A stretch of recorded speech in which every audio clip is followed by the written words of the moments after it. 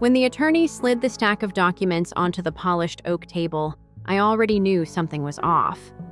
The air inside that law office was too still, like the kind of hush you get right before a storm drops. My parents were seated across from me, their hands clasped tightly, knuckles bone white. They weren't grieving, not even close. My dad, Mitchell, had that twitch in his jaw he always got when he was pretending to look calm but was barely keeping himself from barking orders. My mom, Carol, had done her usual thing. Pearl necklace, cream sweater, too much perfume. She smelled like lilacs and expectations. And next to them sat Aiden, my baby brother. Or, more accurately, their golden boy. He gave me a polite nod when I walked in. That was generous coming from someone who hadn't returned my texts in over 6 months. I nodded back, sat down, and kept my blazer buttoned tight like armor. That's what it always felt like around them. Armor was necessary. Not for what they'd say, no, they rarely said it out loud, but for what they wouldn't. The way their eyes slid past me. The way praise always had conditions when it came my way. I'd spent 28 years playing supporting character in their story. This time, though, the script wasn't theirs. The attorney cleared his throat. We're here to read the will of Henry Dalton, who passed on April 3rd. He has named his surviving children and grandchildren as beneficiaries. He paused as he scanned the papers. My heart thudded once heavy. Grandpa Henry. He wasn't a sentimental man. He'd built his legacy with grease-stained hands in a workshop that smelled like oil and old radios. But he saw me. Not in loud ways, in small, consistent ones. The mechanical pencil set he gave me for my first architecture class. The way he'd slip me an extra 20 during the holidays when nobody was looking. The time he let me repaint the old garage wall with a mural of my own design. He noticed things, and he remembered. As the lawyer began listing allocations, my name came up, Emily Ray Dalton, right after Aiden's. An equal share, the attorney said. The room shifted, like something had been tilted off its axis. My father's hand twitched. My mother's smile tightened. But I wasn't surprised when Dad leaned in, voice falsely casual, and said, "We'll be accepting Emily's share on her behalf." My head jerked slightly. "She's never been much for managing money," he continued. "And Aiden, well, he could really put this to use. He's developing something innovative. Mental wellness meets crypto. It's very promising." The attorney blinked, then looked at me. "Miss Dalton, I didn't authorize that," I said steady. My mom let out a soft laugh as if I were being adorable. "Sweetheart, don't be difficult," she said. "You've always been self-sufficient. You have your little job in Austin. You bought a home. You don't need this." I wanted to laugh or scream, but I didn't do either. I sat still and cold and let their words wash over me like I was made of concrete. That's how it always went. They twisted every strength into a reason to ignore me. Because I didn't collapse, they assumed I didn't need to be seen. Because I built my life alone, they decided I didn't deserve help. I opened my mouth to speak, but before I could, a voice cut in from behind. "Let her speak. Grandma June." Her voice wasn't loud, but it didn't need to be. It landed like a gavel. She stood, hands clasped calmly over her purse, her silver hair pinned up in its usual bun. "Henry made his decisions carefully," she said. "Let the man's will be heard." That silenced the room. Even Mitchell sat back, gritting his teeth. The lawyer nodded and continued reading. As clause after clause was read, I could feel the tension mount. I wasn't listening to every word, my blood was buzzing too loud, but I caught the essentials. Grandpa had set up protections.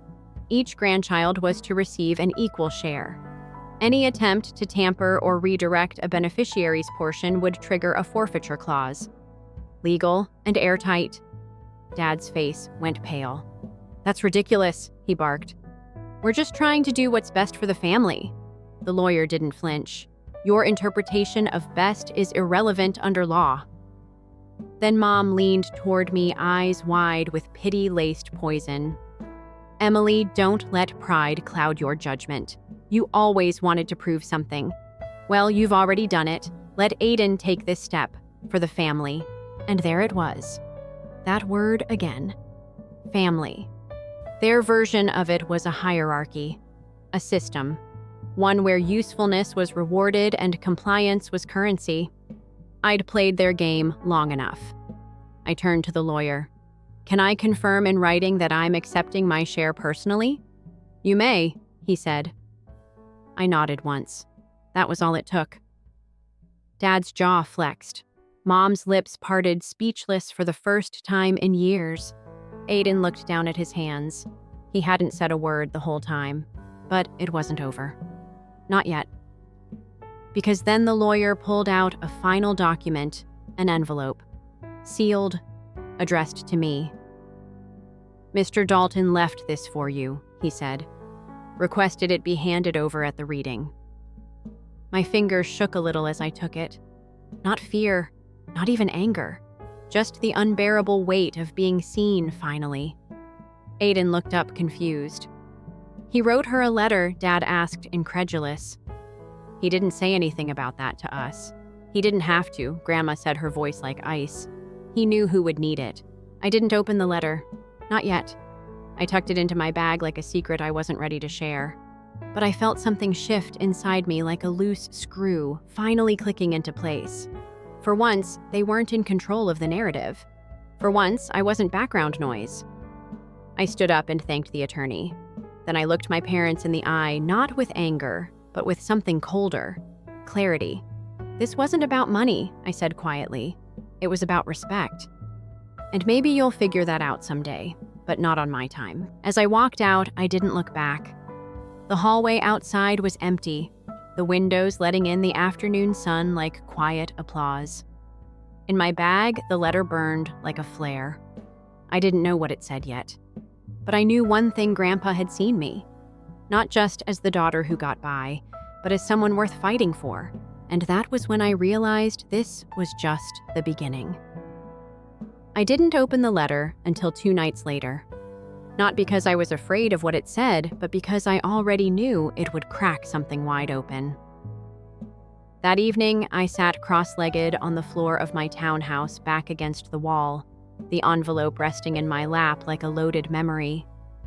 Outside, the cicadas buzzed low under the Texas heat, and inside every light was off except the soft glow from the kitchen. I ran my finger slowly along the seal, then peeled it open with a kind of reverence I couldn't explain. Grandpa's handwriting was unmistakable, blocky, slanted slightly right, the ink a little smudged at the bottom like he'd paused too long between thoughts. "Emily," it began. "If you're reading this, it means I'm gone, and that the people who've underestimated you your whole life are likely doing it again. I want to start by saying I saw it all. The way you held everything together. The way you built something from nothing while they gave everything to your brother and called it love. I want you to understand something. This inheritance isn't a reward. It's recognition. You earned it the day you kept going even when no one clapped for you." I stopped there, pressing my thumb hard into the paper. My chest felt tight, but not in a painful way, more like something finally breaking loose. He had seen me. Not the version they wanted, not the strong one, the quiet one, the one who didn't need help. He saw me. I kept reading. They may say it's about fairness or about helping Aiden, but don't be fooled. They've always viewed you as self-sufficient to excuse their neglect. They told you you didn't need us, like it was a compliment. It wasn't. It was permission to forget you. Don't let them take what's yours. Not again. That line stuck in my ribs like a nail. All those years I spent fighting for their approval report cards, art awards, building a freelance career while juggling college and 2 jobs.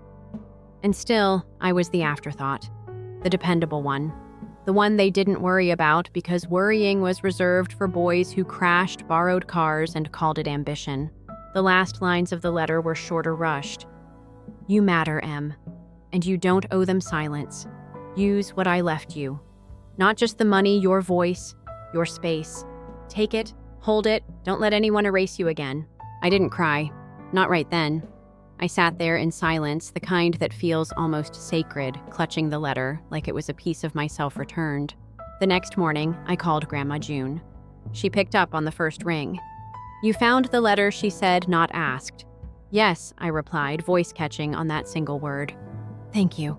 There was a long pause on her end, and then she added something that dropped my heart straight into my stomach. There's more you need to know. She invited me over that afternoon. Her house still smelled like lemon cleaner and cinnamon candles the way it always did. But that day, it felt heavier, like the walls had been holding in something important. We sat in her sunroom, surrounded by overwatered ferns and light pouring in through lace curtains. She slid a manila folder across the table toward me. Your grandfather knew what was coming, she said softly. They tried to pressure him, Emily. Months before he passed, your parents started circling the estate like buzzards. I opened the folder slowly. Inside were scanned documents, emails, printed out legal memos. They asked him to rewrite the will, said Aiden needed it more, that you'd figure it out like you always did.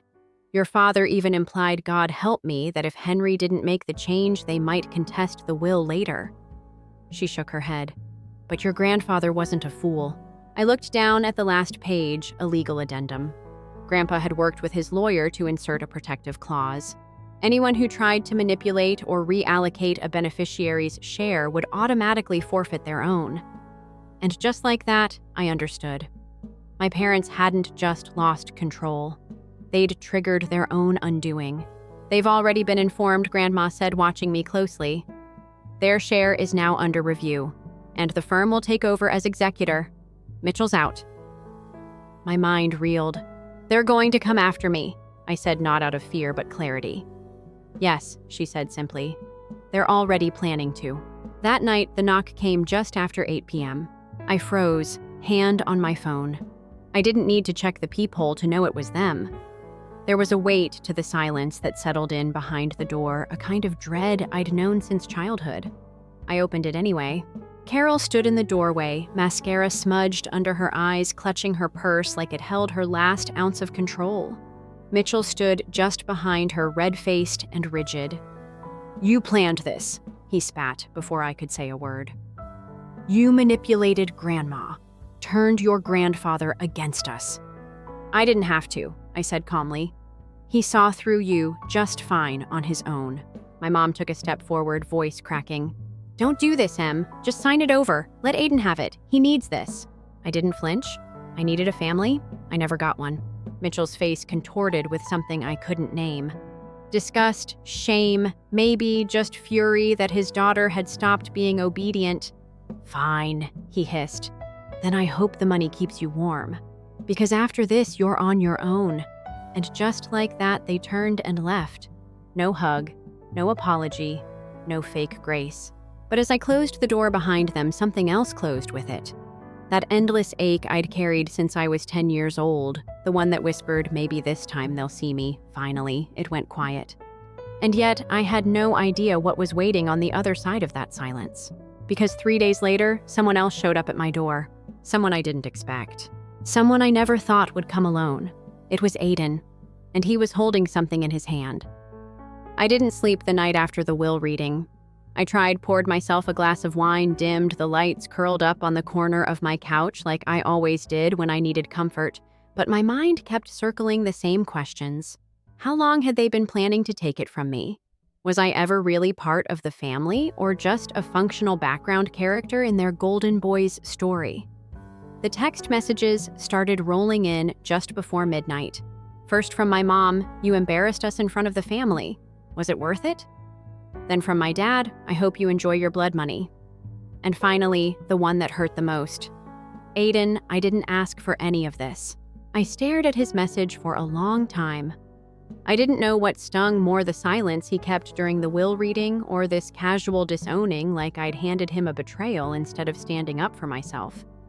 My fingers hovered over my screen, but I couldn't bring myself to type anything back. What would I say? I'm sorry I wanted to be treated like a human being. Sorry I didn't let them erase me one last time. The next morning, I called out of work claiming a migraine. That wasn't a lie. My head was pounding from the weight of everything. I needed air. I needed distance. So I packed a weekend bag, threw it into the back seat of my car, and drove. Not to the beach, not to a hotel. I drove 4 hours out to Grandpa's old cabin by the lake, the one where he taught me how to fish, and where Grandma used to bake pies so fragrant they hung in your memory like lullabies. When I got there, the air smelled like pine needles and old wood. The place hadn't been touched since the funeral. Dust clung to every surface, cobwebs laced the corners, and when I pushed the door open, it creaked like it was greeting me after a long nap. I lit the fireplace, curled up in Grandpa's old recliner with a blanket that still smelled faintly of cedar, and cried for the first time since he died. Not loud sobs, just slow, leaking grief. The kind you feel in your bones. The kind that sneaks up on you after decades of being silenced. In the morning, I made coffee in the chipped ceramic mug I used every summer growing up. I wandered into the guest bedroom, opened the drawer of the nightstand looking for a notebook or maybe just something familiar, and found an envelope. Sealed. My name on it in Grandpa's handwriting. My fingers went numb for a second. I stared at it like it might vanish if I blinked. Then I opened it. Maddie, it began. He always called me that. If you're reading this, the will's been read, and I imagine things are already getting messy. Your parents were always going to try and bend things their way. I wish I could have stopped them while I was still alive, but I knew better. That's why I planned for this. I want you to know I saw it all. I saw the way they gave everything to Aiden and told you to be strong. You were never invisible to me. This inheritance isn't charity. It's not even justice. It's a damn apology for all the ways they made you carry the weight and still act like you were lucky just to be allowed in the room. I had to stop reading. My throat closed up. My hands were shaking. The letter wasn't long, but every word felt like salve on an old scar. Grandpa had seen me. Not just the version of me they praised for being independent or resilient. He saw what that independence cost. The years of self-denial, the birthdays quietly spent alone, the way my wins were met with a shrug while Aiden's C-minuses earned cake and praise. I read the last part out loud, barely above a whisper. Don't let them take what's yours. Not this time. I couldn't protect you when you were little, but I can now. This letter is just proof that you mattered to someone who counted. Never forget that. That line broke something open. I cried again, but it felt different. Not grief, not anger. Something like release. When I got back home, I called Grandma. She picked up on the first ring. Her voice was softer than I remembered. "Did you find the letter?" she asked. I nodded, even though she couldn't see me. "Yes, thank you." There was a pause on the line.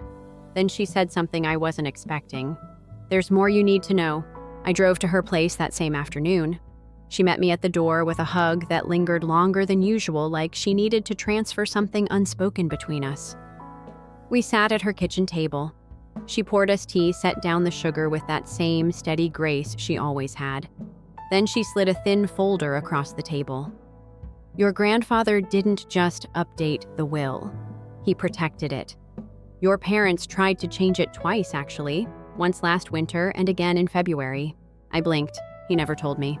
He didn't want to worry you, but he knew what they'd do. That's why he worked with a lawyer to include a clause. If anyone tried to pressure, influence, or redirect any part of the will after it was finalized, they'd forfeit their portion. It's legal, it's binding, and it's already been triggered. My breath hitched.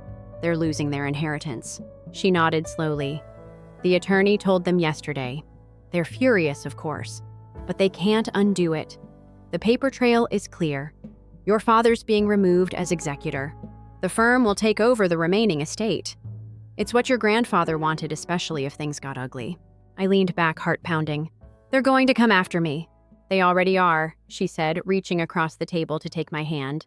"But you're not alone this time, and you don't owe them anything."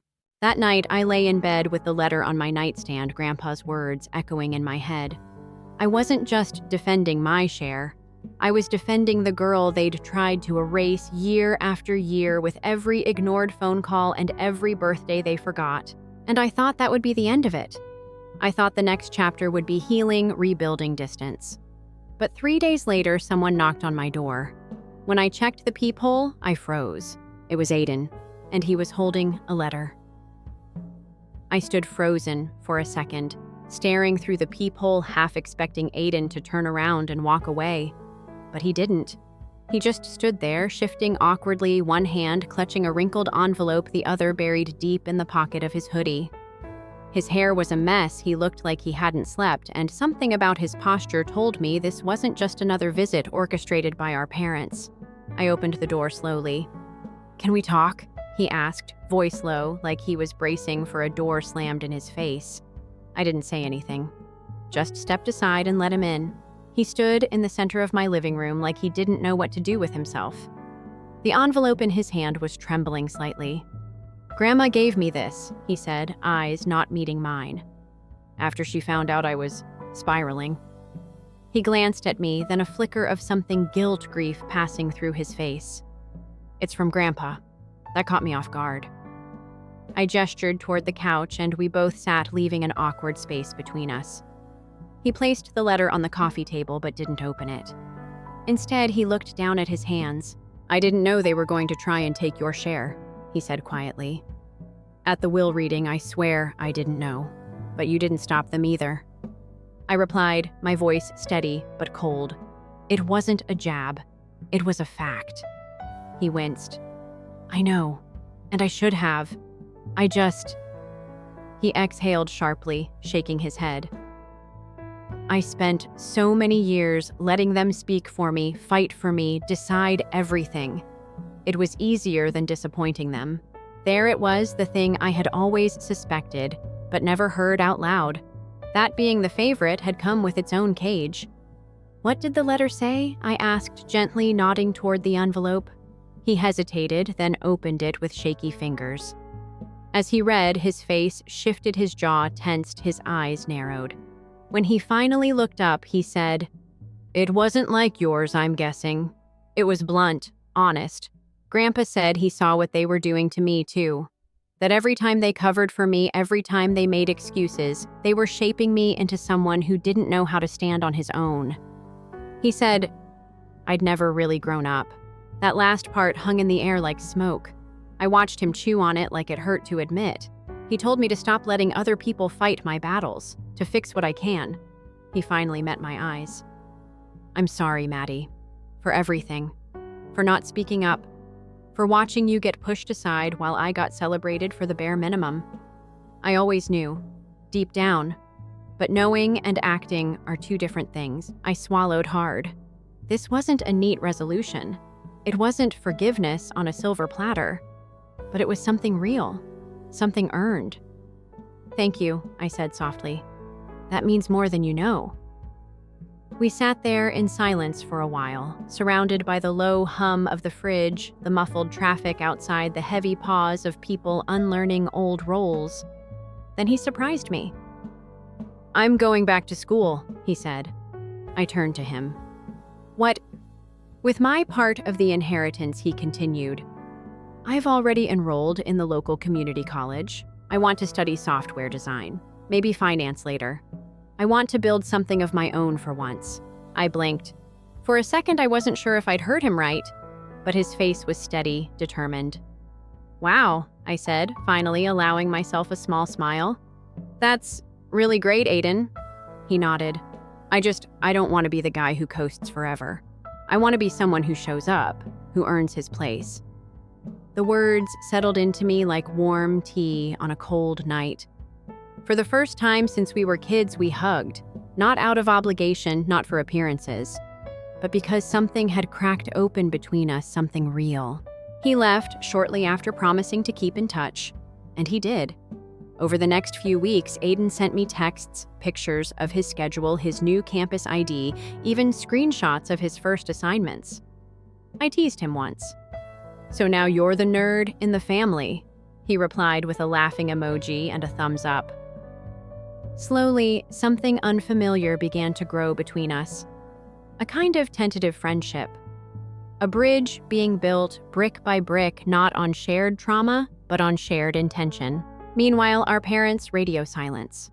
No angry texts, no guilt-laced voicemails, just absence. At first, it felt like relief. But then something else started creeping in, a low-grade unease, like I was waiting for the other shoe to drop. And it did. One morning, I walked into my office, coffee in hand, and found a plain envelope on my desk. No return address, just my name.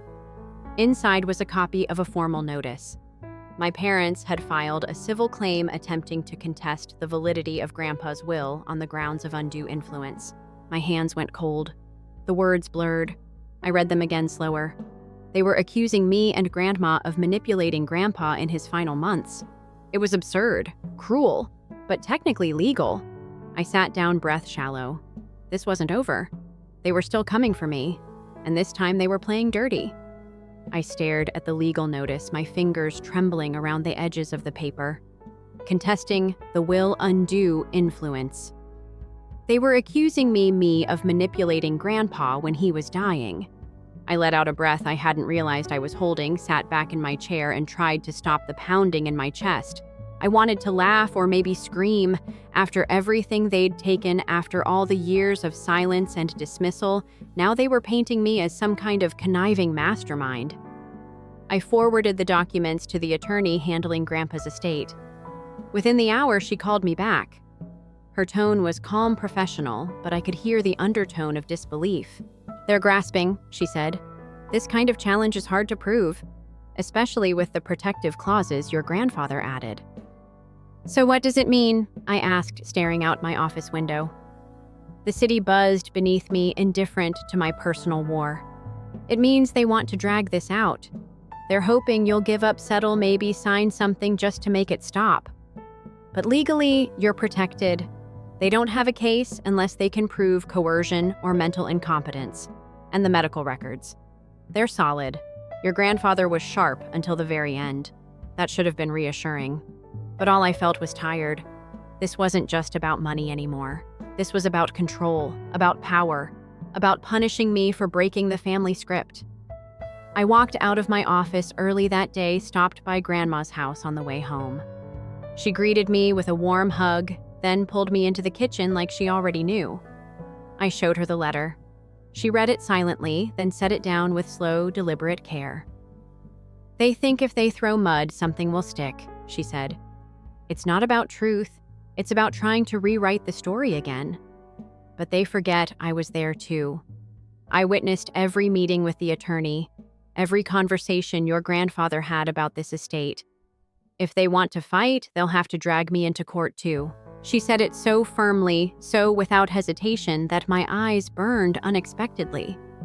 She wasn't just protecting Grandpa's wishes, she was protecting me. For the first time in years, I wasn't standing alone.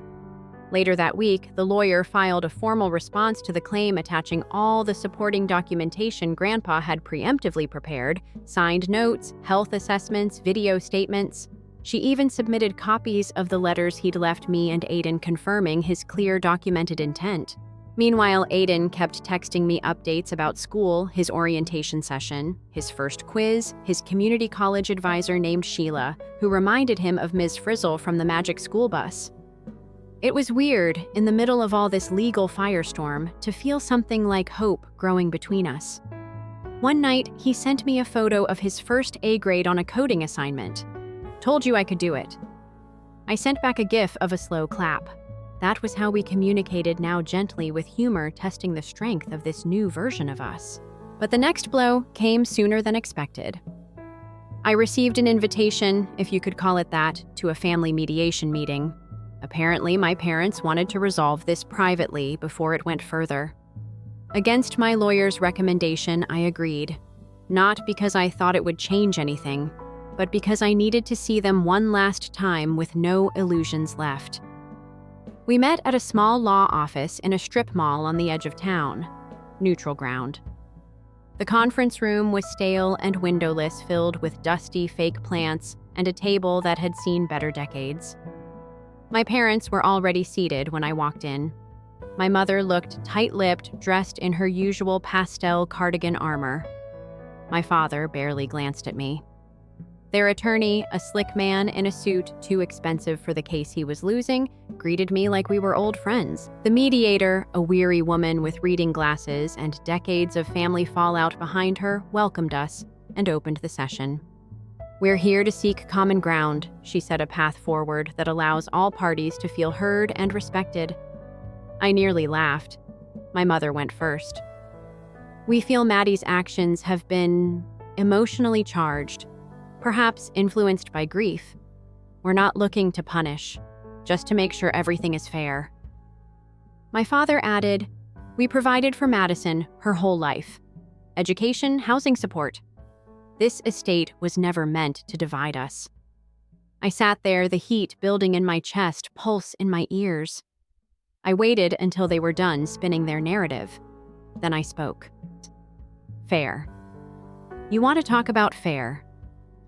Where was fair when Aiden got a car after crashing the first one, and I got a lecture for asking help with textbooks? Where was fair when you drove 6 hours to his drone race but couldn't come 10 minutes across town for my design showcase?" My mother flinched. My father's face hardened. I wasn't yelling. I didn't need to.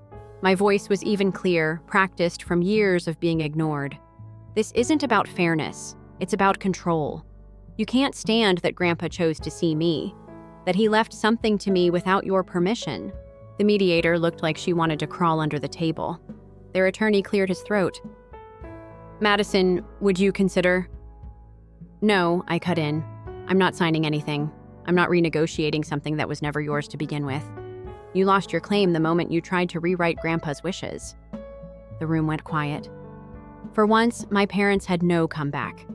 Not because they agreed, but because they knew they couldn't win. The meeting ended shortly after. No settlement, no apology, just silence and the sharp finality of a door closing behind me. I got into my car, locked the doors, and just sat there, breathing, shaking, alive. And then I started the engine, not realizing until I was halfway home that I was driving toward the lake, toward Grandpa's cabin. I didn't know why yet, but something was pulling me there. When I arrived, dusk was already falling. The lake shimmered under the fading light. I stepped inside the cabin, the wood creaking under my boots, and felt an odd sense of calm. I lit the fireplace, opened a bottle of cider from the fridge, and sat in Grandpa's chair. That's when I noticed a dusty old lockbox half buried beneath the couch. I pulled it out slowly. My hands were shaking again. There was a key taped underneath. When I opened it, the first thing I saw stopped my breath cold. Inside were photos. Dozens. All of me. My childhood art taped to his fridge. Notes from birthdays. Newspaper clippings from school competitions. And one handwritten journal labeled "For Maddie when she's ready." I held it like a relic. My heart thudded so loud it drowned the crackling fire. This wasn't just a memory box. This was a record. A story he'd written in silence. My story. The journal smelled faintly of cedar and ink, like it had absorbed every season the cabin had ever known. I ran my fingers over the cover, rough hand-stitched leather, with the kind of imperfections that meant it had been used loved. I sat cross-legged by the fireplace and opened it slowly, like cracking into something sacred. The first page was dated 3 years ago. Grandpa's handwriting was unmistakable, blocky, but steady. "If you're reading this, Maddie, I'm gone.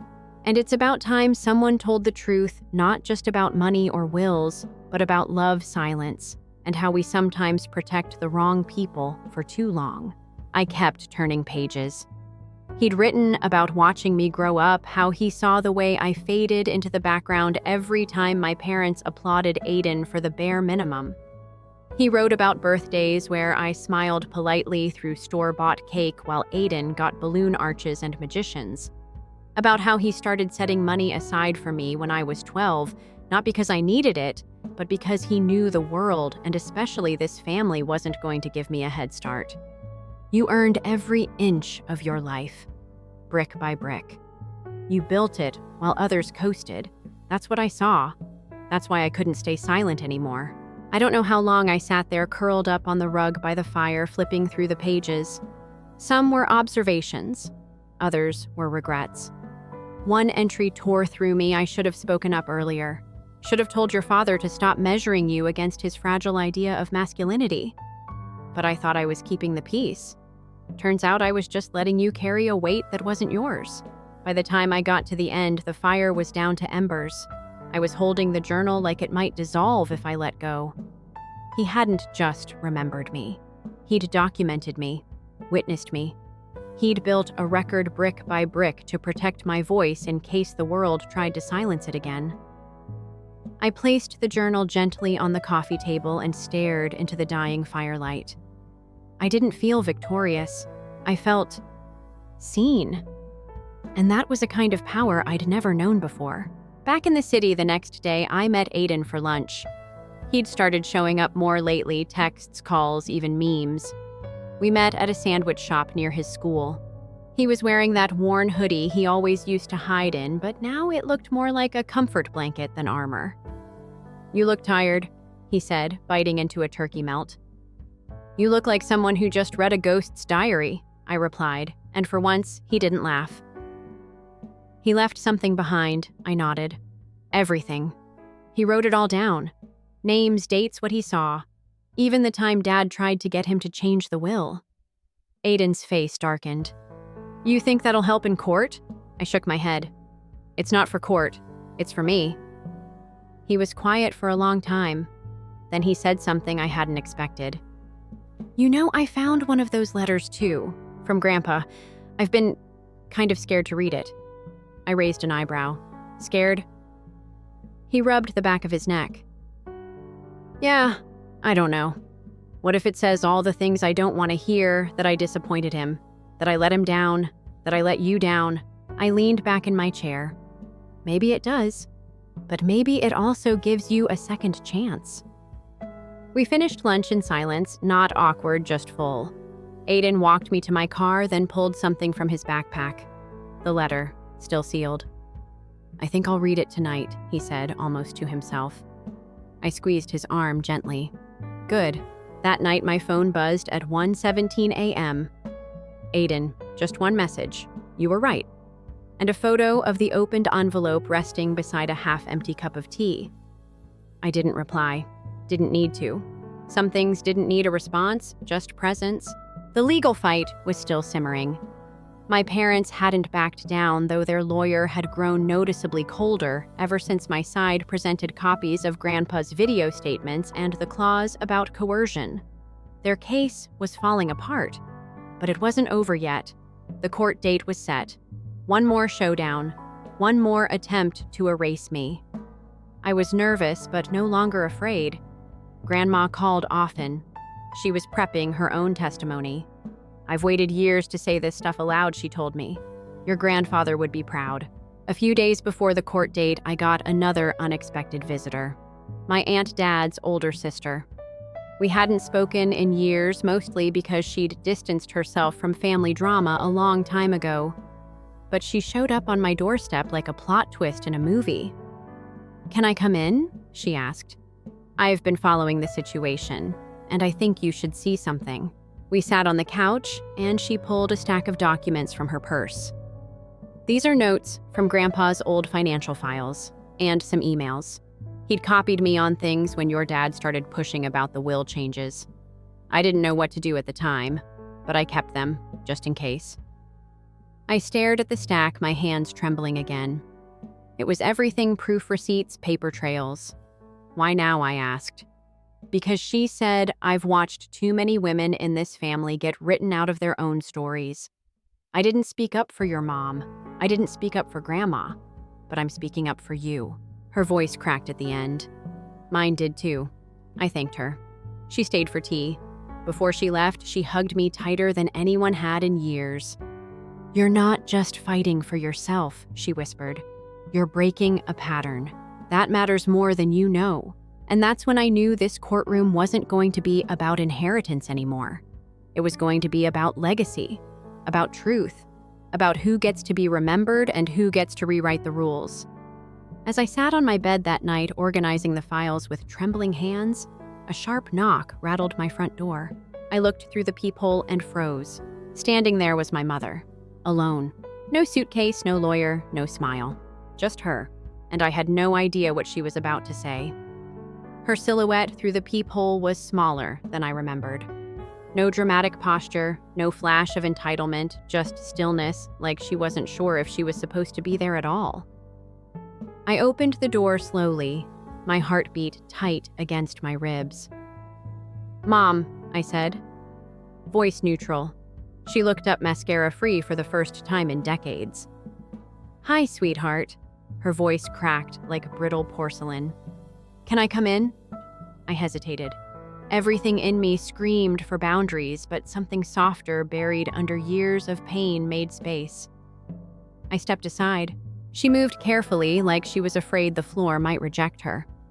I watched her eyes take in my apartment framed photos, soft blankets, a lived-in kind of calm she'd never created for me.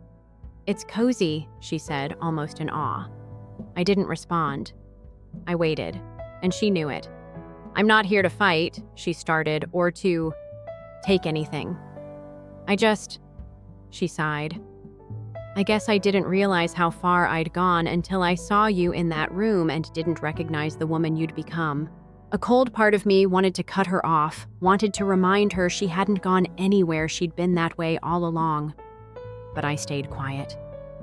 She sank into the edge of my couch, smoothing her palms along her skirt like she was trying to iron time itself. "Your father won't speak to me," she admitted. "He thinks I betrayed him just for not pushing harder, for letting Grandma speak at the reading, for not making you sign away your part." Her laugh was bitter. "He said I've always been soft. I think he meant weak." I finally sat down across from her. "Why are you telling me this?" She looked up. "Because for once, I want you to hear the truth from me. Not from a lawyer, not from a letter, not through Grandma. Just me." She swallowed hard. "I knew we were hurting you, Maddie. Not always how, but I knew it.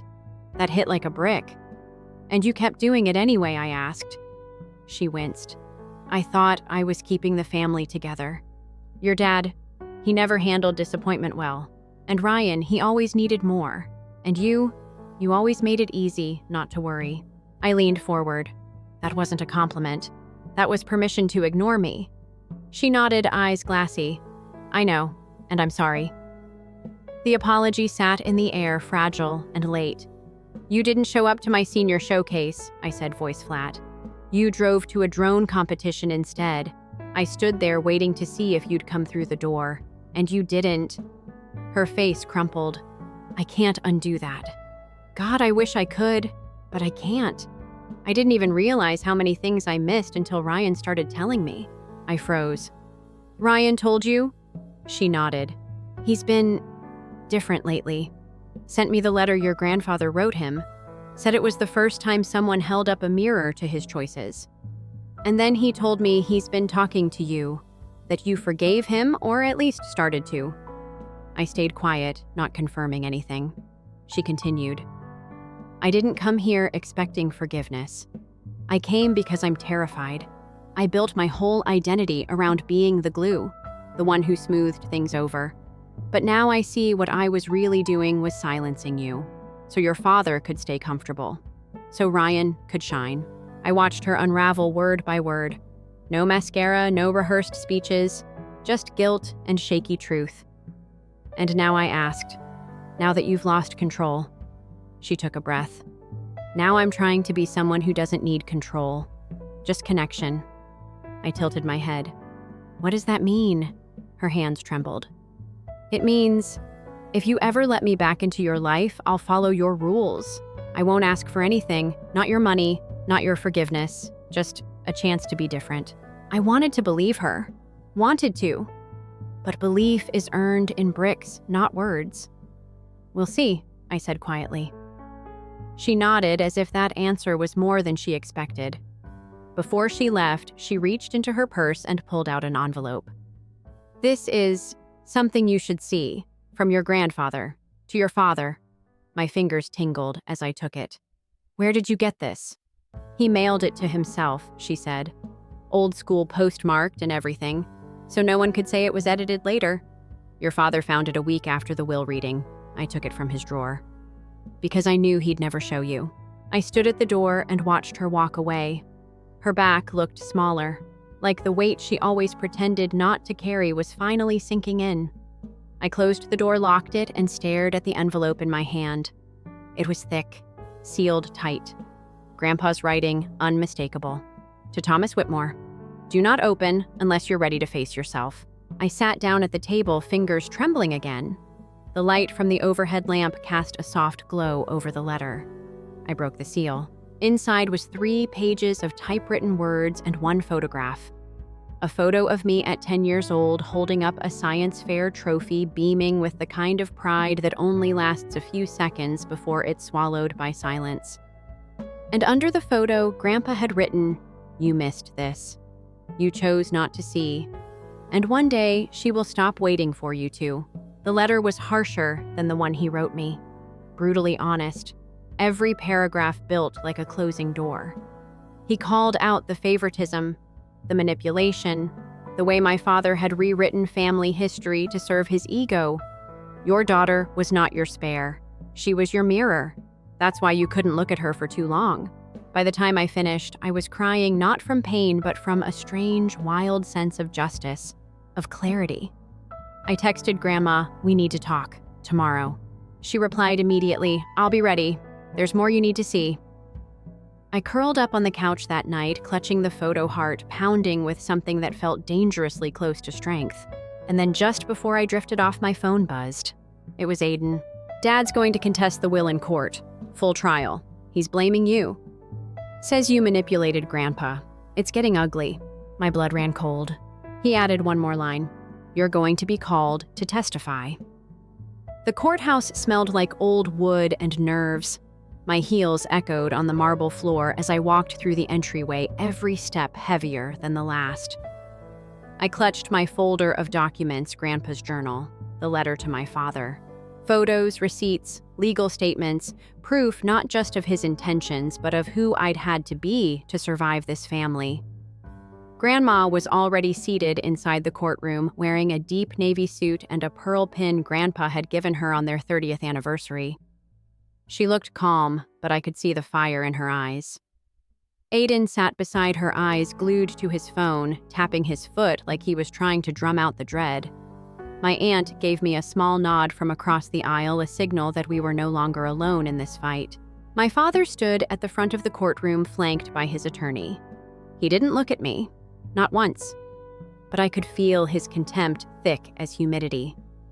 The judge entered, a tall woman with silver hair pulled back so tightly I couldn't imagine her being swayed by anything but the law. She got straight to the point. "This court will examine the validity of the decedent's last will and testament, and the question of undue influence. The petitioner claims the will does not reflect the true intent of the deceased, but was coerced by the primary beneficiary, Madison Whitmore." That was me, primary beneficiary. Such a clinical phrase for something so personal. They began with my father's attorney, who tried to paint me as manipulative, emotionally unstable someone who had isolated Grandpa in his final months. I watched the twisted version of my life unfold like a tabloid headline. When they called me to the stand, my heart thudded against my ribs so hard I thought it might break through. I took the oath. My hands were cold, but my voice didn't shake. "I never manipulated my grandfather," I said. If anything, he was the only person who saw me for who I really was. I detailed every visit, every conversation. I told them about the journal, the videos, the letters. I handed the court copies of the postmarked letter Grandpa wrote to my father, documenting every attempt to pressure him into changing the will. The judge read it silently, her brow furrowing deeper with every paragraph. My father's lawyer tried to object to its admission. Denied. Then Grandma took the stand. And she was magnificent. She didn't cry. She didn't rage. She simply stated facts, clear, composed, unwavering. My husband and I spent the final years of his life reviewing our legacy. We agreed we couldn't reward entitlement.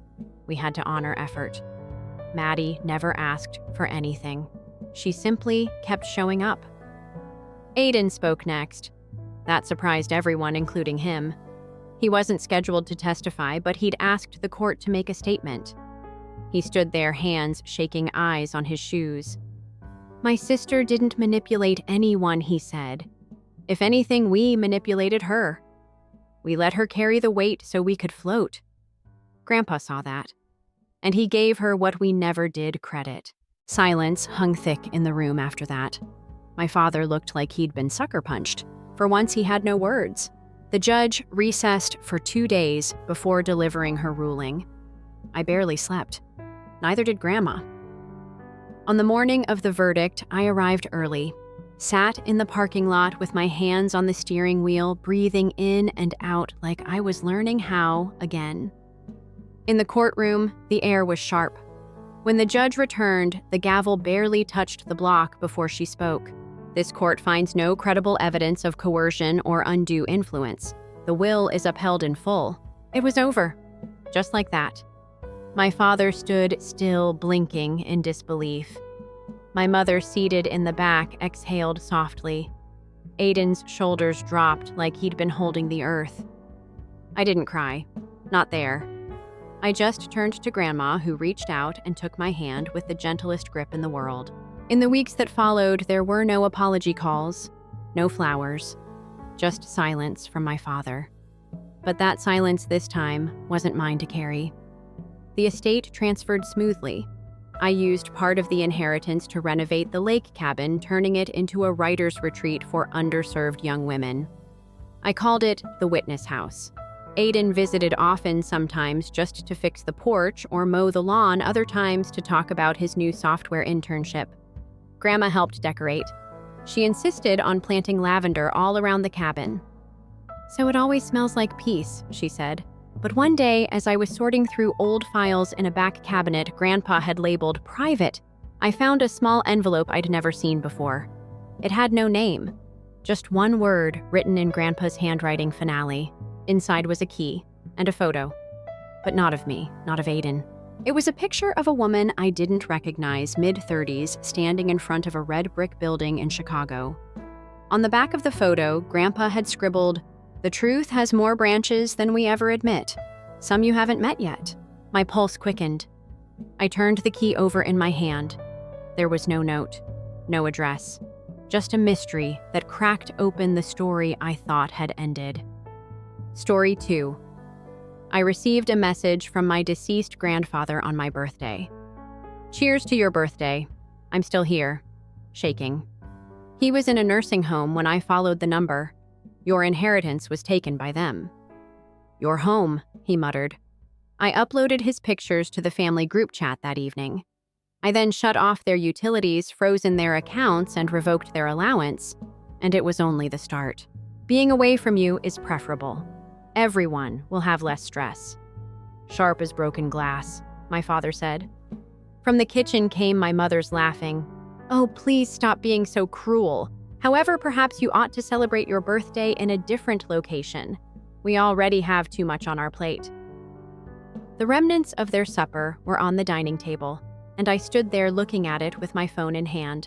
Half-eaten empty wine glasses, cake crumbs strewn about like thoughtless thoughts. Not even a seat had been reserved for me. "By the way, happy birthday." Without taking her eyes from her phone, my sister Sarah made a joke. There was a false sweetness in her voice. "You know, I thought you'd want some privacy, so I decided not to share a picture of us from the past. I didn't even inquire as to why I wasn't invited to the celebration. I was aware of the solution. The one who always provided yet was never enough was me, the outsider. The person who took on 2 jobs in order to pay off debt. The one whose mom needed help with her groceries, so she missed weekends with pals. Sarah needed anything, or Dad needed his car fixed. I wasn't upset. I was numb, something colder. Much like the wind that pounded at the windows in January. Yes, I succeeded in putting my phone in my pocket. "Have a good evening." The door was not slammed by me. I didn't yell. I just left. Went to my car, got behind the wheel, and gazed at the windshield while attempting to recall just one instance in which they had praised me, expressed pride in me, or thought of me as more than just a handy person. It was a haze of a drive back to my place. Like melting glass, the city lights extend. I switched off when I arrived home. Sitting in the dark was my phone. I didn't care, I told myself, because their remarks were really fresh words carved from old habits. However, I switched the phone back on at midnight. The screen was illuminated with a single message. Unknown figure. Cheers to your birthday. I'm still here. I gazed at it.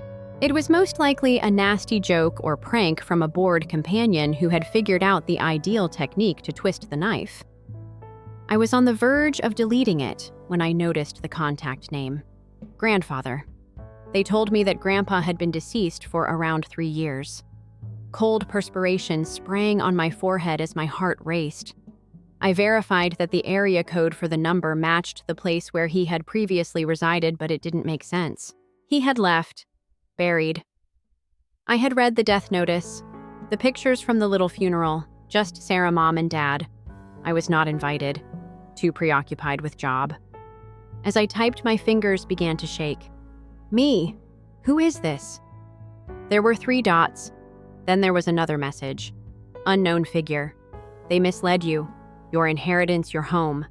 They accepted it. I need your assistance. I had trouble falling asleep. In the dark, I sat. My phone's frigid light, the room's sole source of illumination. The message from Grandpa looked back at me. A wound that glows. Unknown figure. They misled you. Your home. Your gift. They accepted it. I need your assistance. Even though I didn't want to accept it, I couldn't help but feel a chill go up my spine. I tracked down the number. A nursing facility made the call. 2 towns away. Although the trip took less than an hour, it seemed to take forever. The structure was worn out and drab. It's the type of location where time passes. A nurse looked up as I entered. When she noticed my face, her grin faded. I'm here to observe. He looks like my granddad to me. My voice faltered. Her face softened. Do you mean Hargrove, Mr. 214th room? When I arrived to the door, I nearly fled. My labored breathing ceased. What if something went wrong? What if I spotted a stranger as I entered? However, I forced it open. By the window stood an elderly guy with silver hair. Golden lights and a weary face may be seen in this sunlight artwork. His gaze changed, and he gave me a faint, shaky smile as they met. I anticipated your arrival. There was a glimmer of vitality in his voice, but it was like parched leaves. Grandfather. He gave a nod. I wanted to give him a hug, but I was immobile. My legs felt like stone. I whispered that you should be dead. They wanted you to believe that. He pointed to the bed next to him, and I fell down on it. Boy, they took it all. The money, the house. They claimed that I refused to sign it for them, which is why I died. Thus, they falsified it. I was unable to hear my own thoughts because my heart was beating so loudly. However, they had pictures from a funeral. Everything is phony. A casket that was empty was buried. Told you it was just for family. Did they not? Indeed. I felt sick and the inheritance that was supposed to be for you. You and only you. But they needed the money. They always do. His hand shook as he stretched for mine. I attempted to resist them, but they locked me here. Said I was losing my mind. They confiscated my phone, but I pleaded the nurse. She let me use hers. That was all it required. That one whisper of treachery and the numbness shifted to something else. Something burning. I stood up. I won't allow them get away with this. Grandpa's hold became unexpectedly firm. Take caution. To keep what they have stolen, they will stop at nothing. Anything. The winter air was cutting my face as I left the nursing home, but I didn't feel anything. I had my phone in my hand and it was dialing. After 2 rings, Dad answered the phone. Well, you've finally realized that you have relatives, he spoke in a sarcastic tone. I went to see Grandpa just now. Quiet. The type of glass cracking kind.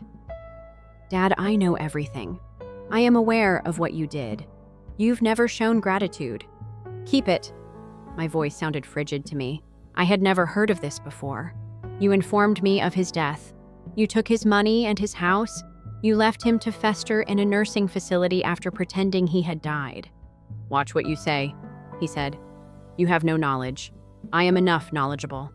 I had the pictures and the words. I'm heading to the police station. The curse was hushed. Then there was another voice. Mom, please, my love, avoid doing this. You're not understanding. For the family, we took this action. The household? I chuckled. Or for you, because your conception of family is a falsehood. I ended the call. They immediately phoned me back, but I didn't answer. I immediately went home and started looking through bank statements, text messages, and pictures. I was aware of the whereabouts of my parents' old files. They believed that I had never touched them.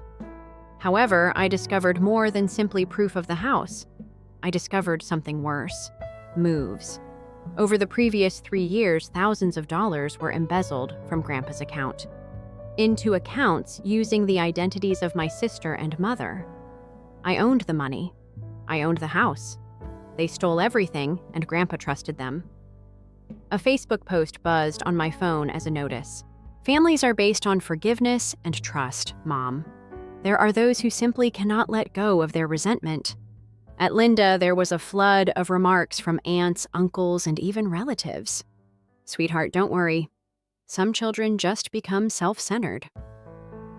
Uncle Mike. Being unappreciative is an understatement. Then Sarah. He has always been the mischievous kid, making drama all the time. The tale was being fabricated by them. I was being portrayed as the bad guy. Once more my phone buzzed. Sarah texted, "Sarah, adult up." Graham was perplexed. Half of what he says he can't even recall. "Do you want the house?" "All right. You're not stealing from me, though. All you can think about is yourself." I didn't toss my phone even though I wanted to. Rather, I began capturing screenshots, copying every document I came across and storing everything. I organized them into a tidy folder on my laptop, gave it the name Truth, and made 3 backup copies. They believed they could steer the story. As usual, they assumed that I would give in. However, they were unaware that I had finished being the submissive son. There was silence in the cafe. Around me, the faint hum of voices serves as a background noise. I picked a table distant from the windows in the corner. It was flawless. The entryway is clearly visible, not a place to hide. I sat with the USB disk plugged in and my laptop open. A folder with the name Truth inside everything glowed on the screen. The last nail in their coffin was the faked signatures, the bank transfers, the screenshots, and the video of Grandpa in the assisted living facility.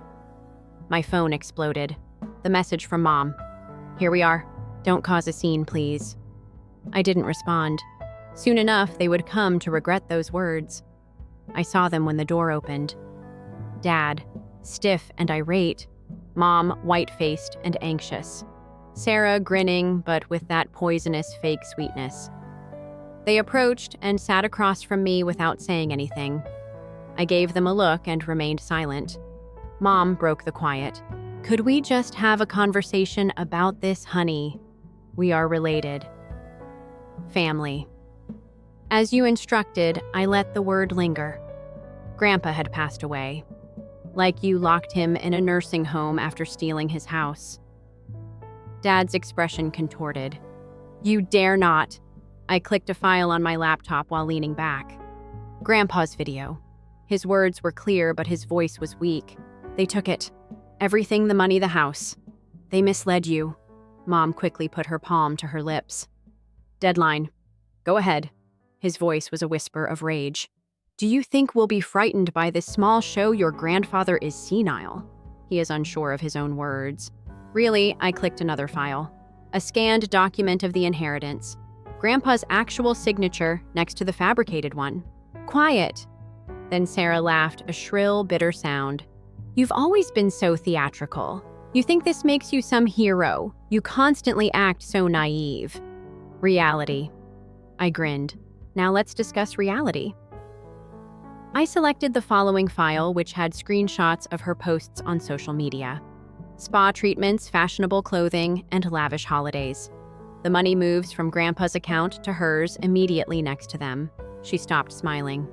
You were not entitled." "Not at all." I interrupted her as if you had no right to take the fortune that was intended for me. No right to act as though Grandpa had passed away. Mom's voice broke. Please, my love. All we wanted to do was keep you safe. You've always had such a sensitive nature. Defend me. I bent over. I spoke in my own voice. You abandoned him to die by himself. You told a falsehood. You took something. You want me to simply pretend it's all right and smile now. Dad bent over.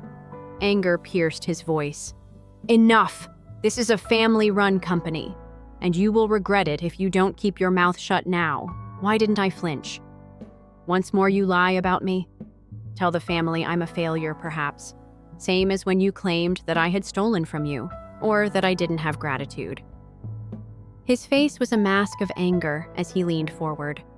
You've always been challenging, always rushing to other people, blaming us all the time. Grandpa didn't want you around, which makes sense. I grinned. He's here, so that's amusing. The door behind him opened, and a silent person cautiously entered, leaning toward Grandpa with his cane. Mom became pale. Dad's jaw dropped. In fact, Sarah squeaked. Hi, son. Grandpa spoke steadily, but weakly. Are you surprised to see me? You are you. Dad looked like a caged animal as he stammered. I was going crazy, you said. Grandpa muttered, his voice getting louder as he spoke. I wasn't safe at home, you claimed. You assured me that the house would be taken care of, that the family would benefit from the money. However, you only looked for yourselves. Mom's hands shook. Dad, please. We took care of things for you. You were no longer able to live alone. We made an effort. I received a message from my deceased grandfather on my birthday. Cheers to your birthday. I'm still here, shaking. He was in a nursing home when I followed the number. Your inheritance was taken by them. Your home, he muttered. I uploaded his pictures to the family group chat that evening. I then shut off their utilities, frozen their accounts, and revoked their allowance. And it was only the start. Being away from you is preferable. Everyone will have less stress. The sharpness in my father's voice has shattered. Glass. From the kitchen came my mother's laughing. Oh, please stop being so cruel. However, perhaps you ought to celebrate your birthday in a different location. We already have too much on our plate. The remnants of their supper were on the dining table, and I stood there looking at it with my phone in hand. Half-eaten empty wine glasses, cake crumbs strewn about like thoughtless thoughts. Not even a seat had been reserved for me. Cheers to your birthday. Not glancing up from her phone, my sister Sarah made a joke. There was a false sweetness in her voice. You know, I thought you'd want some privacy, so I decided not to share a picture of us from the past. I didn't even inquire as to why I wasn't invited to the celebration. I was aware of the solution. The one who always provided yet was never enough was me, the outsider. The person who took on 2 jobs in order to pay off debt. The one whose mom needed help with her groceries, so she missed weekends with pals. Sarah needed anything, or Dad needed his car fixed. I wasn't upset. I was numb, something colder. Much like the wind that pounded at the windows in January. Yes.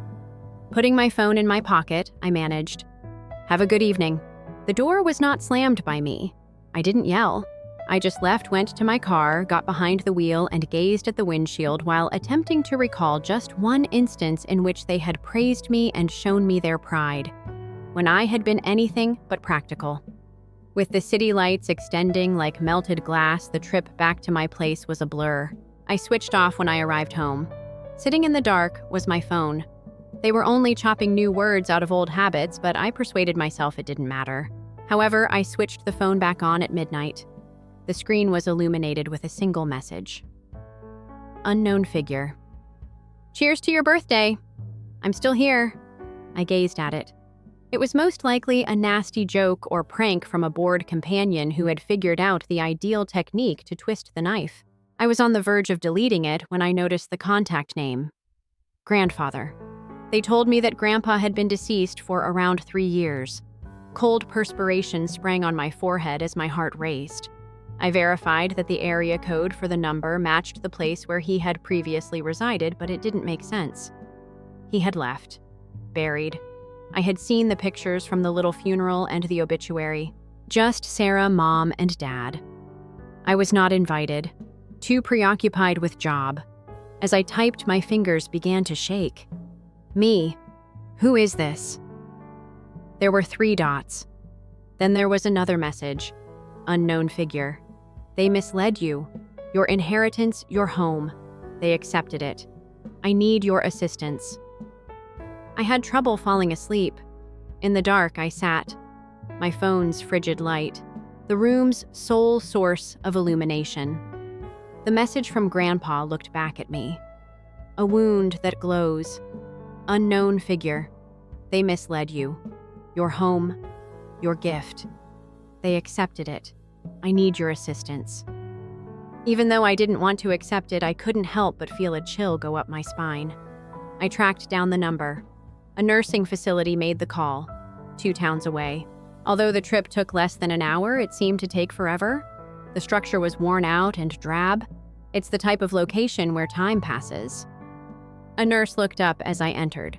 When she noticed my face, her grin faded. I'm here to observe. He looks like my granddad to me. My voice faltered. Her face softened. Do you mean Hargrove, Mr. 214th room? When I arrived to the door, I nearly fled. My labored breathing ceased. What if something went wrong? What if I spotted a stranger as I entered? However, I forced it open.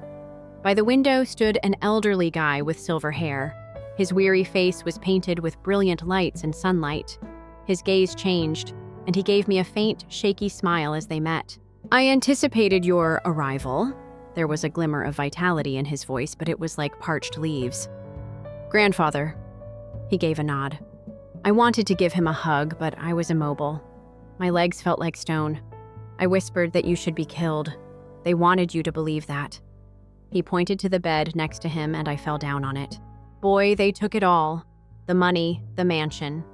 They said that I refused to sign it for them, which is why I died. Thus, they falsified it. I was unable to hear my own thoughts since my heart was beating so loudly. However, they had pictures from a funeral. Everything is phony. A coffin that was empty was buried. Told you it was just for family. Did they not? Indeed, the inheritance that should have been free made me feel ill. You. Just you. However, they required the funds. They always do. He grabbed for mine, his hand shaking.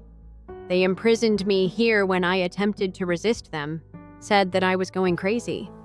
I pleaded with the nurse, but they took my phone.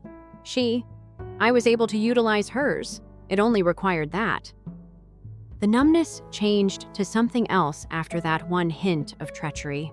Something is on fire. I got to my feet. I will not allow this to go unpunished. Grandpa's hold became more firm, unexpectedly powerful. Take caution. To keep what they have stolen, they will stop at nothing. Anything. The winter air was cutting my face as I left the nursing home, but I didn't feel anything.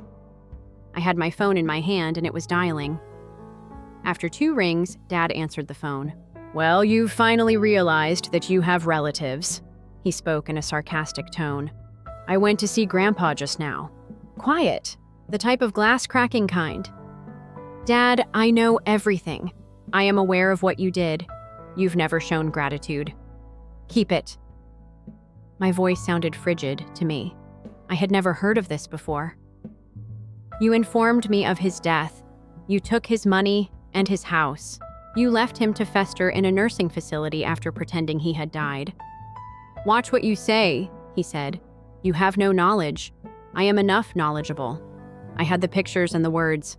I'm heading to the police station. The curse was hushed. Then there was another voice. Mom, don't do this, darling, please. You're not understanding. For the family, we took this action. The household, I went out. Or for you, because your conception of family is a falsehood. I ended the call. They immediately phoned me back, but I didn't answer. I immediately went home and started to dig. Text messages, bank data, and pictures. I was aware of the whereabouts of my parents' old files. They believed that I had never touched them. However, I discovered more than simply proof of the house. I discovered something worse. Moves. Over the previous 3 years, thousands of dollars were embezzled from Grandpa's account into accounts using the identities of my sister and mother. I owned the money. I owned the house. They stole everything, and Grandpa trusted them. It buzzed on my phone. A Facebook post, a notice. Families are based on forgiveness and trust, Mom. There are those who simply cannot let go of their resentment. At Linda, there was a flood of remarks from aunts, uncles, and even relatives. Sweetheart, don't worry. Some children just become self-centered. Uncle Mike, being unappreciative is an understatement. Then Sarah, he has always been the mischievous kid, making drama all the time. The tale was being fabricated by them. I was being portrayed as the bad guy. Once more, my phone buzzed. Sarah texted, "Sarah, adult up. Grandpa is elderly. Half of what he says he can't even recall. Do you want the house? All right. You're not stealing from me, though. All you can think about is yourself. I didn't toss my phone, even though I wanted to.